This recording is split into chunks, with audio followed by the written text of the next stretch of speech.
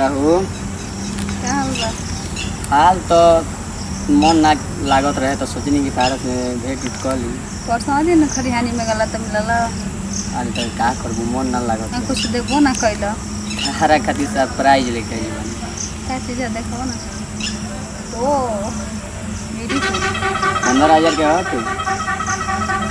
हमरा से थोड़ी बढ़ के बा। ना तारा से बढ़ के बा। और वो गाना तारा खातिर याद आ गई। कौन सा गाना सुनावा?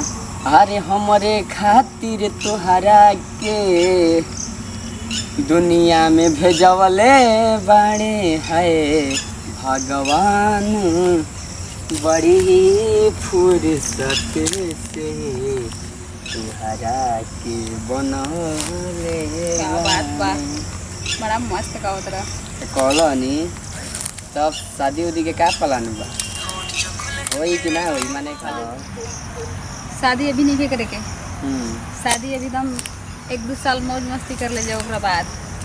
अभी शादी कितना का विषय नहीं बा। तो ठीक है बा तब शादी के लिए तब बाद में बारे बाल कुछ बच्चा होई फिर शादी के कुछ बारे में होई इतना ना। कमाए के हैं? का होई। अब तो हवे ना मन के बा तहार में अब काले जाता मिली हम माने जॉब आवे तो काल पर जाना काल है। आज ऐसे भी कुछ और बात बातें ठीक बा लेकिन काल छूटे के ना चाहिए पक्का। क्या साला बेटी फिक्र के तो इतना कंगाल हम तो बनावे के बना याद आ जाओ कि लड़की की मोहब्बत का चीज बा बर्बाद करके रख दे हम। पता ना कब से है ना कब से ना कब से आके वेट करता नहीं तो लगले घर जाए के समय है। दिला बा आर भी लगा हो और मोबाइल दल रहा मोबाइल काम ही नहीं करे। का हो गई? मैं मोबाइल तर काम नहीं करे। का हो गई मोबाइलिया में ना तो साफा कुछ बताओ दे नहीं के साफा ब्लॉग तो ओकरा के ले ले वाला हम ले जीती मिस्त्री भी जे पर तो गारंटी सही रख दिले ही कुठला पे ओकरा के का चलाई हम माने नाले कहीं तो है बनवा पकड़ा लीजिए। देती कहां से बनवा ले का ज्यादा छोड़दा नहीं के तो बात ना होई। बे अब लगल होती कर धर फोनो पका क के हम जनी झूठ बोलत तो सच्ची में धर दू गो एगो खाए थी होई तो एगो पकड़ी है तब बड़ा बड़ा ना आज मने ना आज बकू देखो एथी मत कर मतलब आता ना तारा के दे देनी 3 गो मोबाइल 4 गो किन के दे देनी 1,00,000 रुपया ले ले और तो दे वो माने देले तो शॉर्टे का नहीं के हो देते मतलब सटल जाई ना तो ठीक बात है चलो भरोसा है नहीं ना है। वो तो का माने खाली तू बार तो ये करे लो खाली थोड़ा ना अरे रुको ना बे अरे बतिया काहे ना मांगो अगर कैमरा बे तू तनी पटक भी है ठीक है भाई तब कितना बढ़िया ही तो जला तब ठीक बा तब काल ठीक बा। लेट होता ठीक लेकिन बा। काल अब बाकी ना आज ठीक बा, काल में पक्का हो जाए, ठीक और बा। काल बाकी इधर अथी हो गई ना जानू कर पक्का लो काल होई जा सरवा गोइल 3 गो मोबाइल मिलल ना काल के देखा था नहीं कि का काल के अब परीक्षा लिया था कि फेल बा कि पास बा इंतजार करो था नहीं।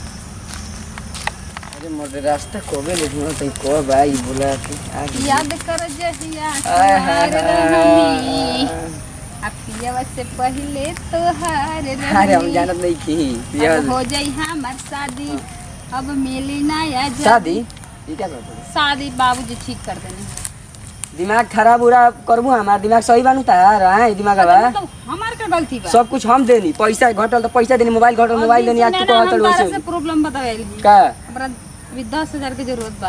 अब हम अभी 1 रुपया नहीं किया घर से पैसा मिलल मुश्किल हो पैसा गई मत करा, हम बहुत भरोसा लेकर नहीं है कि तू करबा ऐसन काम। अरे यार बतिया तो माने हमारे घर से 1 रुपया मिलल मुश्किल हो गई मालूम है तारा पीछे कितना खर्च कर ले बनी अरे तो मोबाइल 3 गो दे दिला तो बड़ा राज 3 गो मोबाइल के दाम जान लू 15,000 के देनी दू गो भाई 10,000 के मोबाइल देनी ढेर बा 15 देनी 30 है तो 40 1 लाख क्वेश्चन मतलब कहाँ से हम पैसा देता 10,000 रुपया दे दो चुपचाप आना तब हम बोला। अभी अब 1 रुपया नहीं नहीं के तो समझ ला कान खोल के सुन ला हम प्यार ना करते रहे तारे से खिलवाड़ करते रहे ये से कि हमारा चाचा के मजबूरी रहे उनकर तबियत खराब रहे नु आँख का ऑपरेशन करावे करे माने हमारे संग तारा गद्दारी करे के रहे अब सोचनी कि हमारा चाचा के जिंदगी बचावे के बाद एकरा से कोनो दूसरा कहाँ रास्ता भेजे नहीं। तारा चाचा के उनकर आँख का ऑपरेशन करावे के रहे एगो बोली बोल ले रहो तू ना तो तारा के पैसा का तो हम का जानी तू प्यार करबा हमारे साथे ऐसे को हम तो सोचनी कि प्यार के नाटक में तारा फंसाई कि पैसा कुछ अब तोरा कतनो तू कह बीस तो तोरा हम अपना नहीं की अरे सकत ठीक जा। बा अपना नहीं की सकत काहे से धोखेबाज लड़की से हम तो के प्यार करत रहे कि हमें बैठा के रख ले बा धोखेबाज झूठ मूठ के पैसा लूट ले हम तू वही का आदमी से लूटा प्यार करता बीस कि जौन हमरा के खातिर कुछ ठीक बा जो जल्दी यहाँ से हट जान भी दे सके हट लेकिन आज के बाद कौन विश्वासघात आवता कौनो आदमी लड़कन के देखे? साथ मत करिए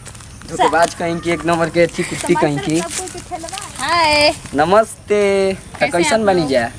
ये वीडियो देखल है ना लड़की के, माने पैसो तो लुटलस है आ 3 गो मोबाइल। अब का बताइए करम, मजबूरी ऐसा होला इंसान के पास की मजबूरी के आगा मजबूर होके कोनो कदम भी उठा सकता है, चोरी भी कर सकता, टाका डाल देता। हम तो इनकर 3 गो मोबाइल सिर्फ ले हैं, वो चाचा के आंख बनावे खातिर बेच चुकल बानी, घरे रखले नहीं खी। अब गलती जोन भइल हो हमरा के माफ करब, जब बाकी ऐसे ना करती ना तो भैया लोग इहो बात जान ना। बुझ के गलती नहीं की कैले, ऐसे मांगती तो कोनो लड़का देता सा। हाय, देख ये ली। बड़ी धोखेबाज है, ठीक है ना। हाँ हम नहीं की, यहाँ जानी बड़ी कुछ जा। भी है लेकिन लाइक शेयर कमेंट कर दीजिएगा। बाय। वीडियो के आगे बढ़ेंगे, प्रणाम।